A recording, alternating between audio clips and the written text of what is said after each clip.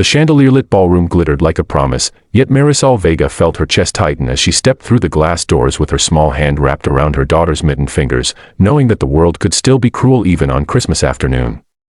The room was full of laughter she could not hear clearly over her own doubts, full of eyes that always seemed to judge the woman who ran a billion-dollar company yet still trembled when it came to protecting the one person she loved more than power.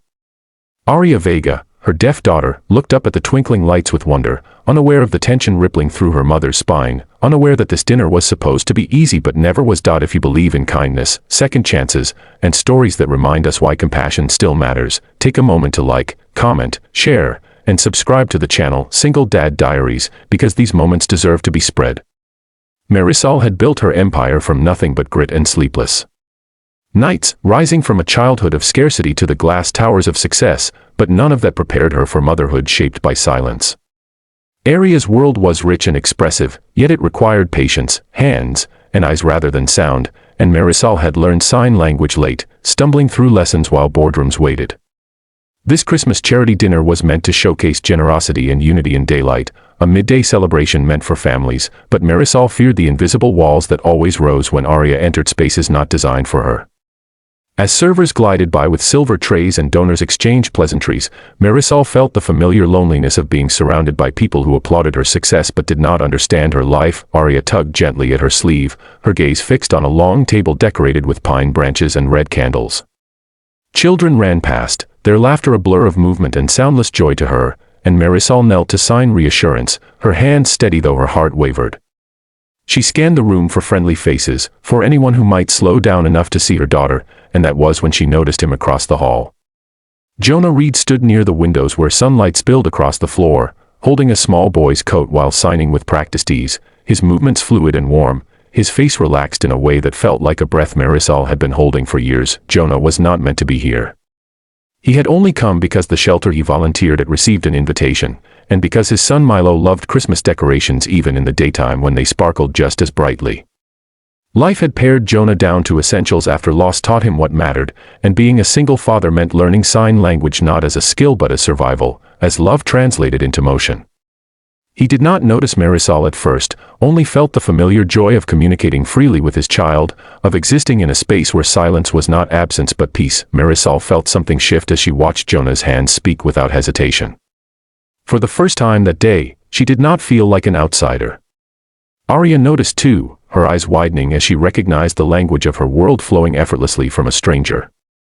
Without thinking, Marisol guided her daughter closer, the noise of the room fading into a blur as anticipation rose. Jonah looked up then, surprise flickering across his face before warmth replaced it, and he knelt slightly, his hands already moving in greeting, not out of obligation but instinct. The moment was small and monumental all at once.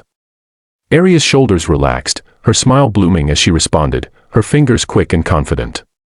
They spoke of Christmas lights and cookies and favorite colors without a single sound, and Marisol felt tears sting as she realized how rarely Aria got to be seen so completely. Around them, the dinner continued, but time seemed to slow, sunlight catching dust motes like tiny miracles. Jonah's presence did not erase Marisol's fears, but it softened them, reshaping the room into something gentler. As the afternoon unfolded, Marisol and Jonah found themselves side by side, not exchanging words but sharing glances heavy with understanding. He told his story through gestures and expressions, of learning sign language late at night after his wife's passing, of stumbling and trying again because his son deserved a full life. Marisol shared hers the same way, of boardrooms and guilt, of missing milestones and making promises to do better. Their stories braided together in the quiet, forming a connection that felt earned rather than forced. The challenge Marisol had always faced was believing she had to be everything alone, that strength meant never leaning. Watching Jonah with Milo and Aria showed her another way, one where vulnerability invited support. For Jonah, the challenge had been trusting that his small world could expand without breaking, that joy could return without betraying grief. This dinner, meant to raise funds and awareness, quietly raised two hearts instead. By the time dessert arrived and daylight softened into a golden hush, Aria sat between Milo and Jonah, animated and radiant, her laughter visible in her eyes. Marisol felt a peace she had not known in years, a sense that the future did not have to be a series of battles but could be a shared path.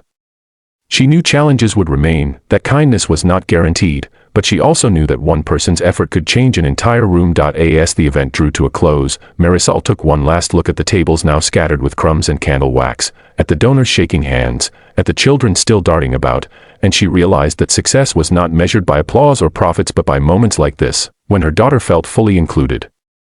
Jonah gathered his son's things, pausing to sign a promise of future afternoons and shared holidays, and Marisol felt hope settle into her bones. If this story has reached you, if it has stirred something tender inside, please take a moment to like, comment, share, and subscribe, because stories like these only live on when hearts carry them forward. And before this ending fades, leave a comment below sharing what kindness means to you, because your words matter too. As Marisol and Arya stepped back into the bright winter day, sunlight warming their faces, she understood that Christmas was not confined to a season or a sound. It lived in hands that reached out, in fathers who learned new languages out of love, in mothers who dared to open their guarded hearts. And somewhere between silence and understanding, a new beginning quietly took root, promising that even in a noisy world, compassion could always be heard.